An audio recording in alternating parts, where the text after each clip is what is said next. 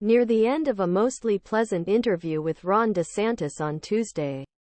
Morning Joe co-host Joe Scarborough pressed the Republican presidential candidate on former President Donald Trump's alleged disclosure of classified documents about Iran's potential war plans. The discussion came after DeSantis said Trump's approach to Iran is stronger than President Joe Biden's, adding that the upcoming election should not depend on Trump's mishandling of classified documents. In midst of geopolitical crisis such as the Israel-Hamas war, current media environment has created some strange bedfellows.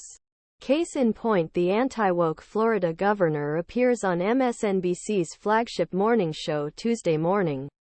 In fact, last February, DeSantis announced that he would boycott the network through an interview with Vice President Kamala Harris.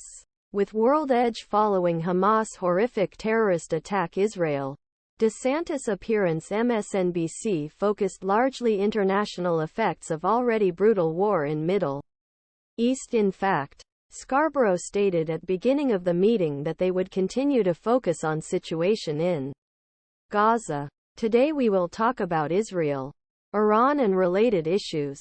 We'd love to have you come back later and talk about other topics. I am sure you'll agree with us that that's the pressing issue right now, the MSNBC star said. A few minutes later, Scarborough again reminded viewers looking for a heated debate with DeSantis that they were solely focused on the Israel-Hamas conflict. If you're expecting a conversation about domestic policy and the many issues we disagree on, as we've said before, that can come on another day and we can have those discussions on another day.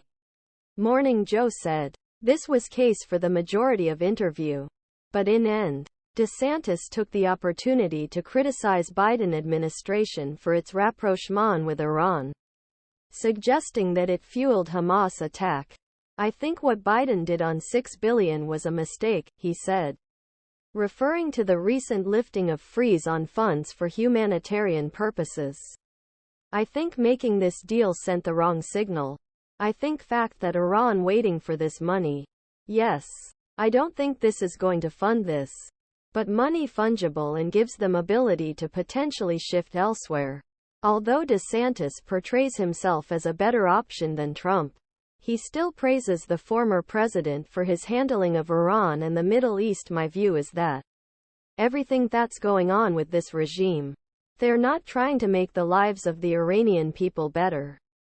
They're going to use that and try to fund terrorism, the governor said. But I will also say that Donald Trump's Iran his approach to was stronger than his predecessors' approach, and stronger than Biden's approach. I think both Obama and Biden thought you could get closer to them. Scarborough, meanwhile, asked DeSantis if he agreed with idea that Israeli Prime Minister Benjamin Netanyahu's own political scandals may have distracted him from the fight.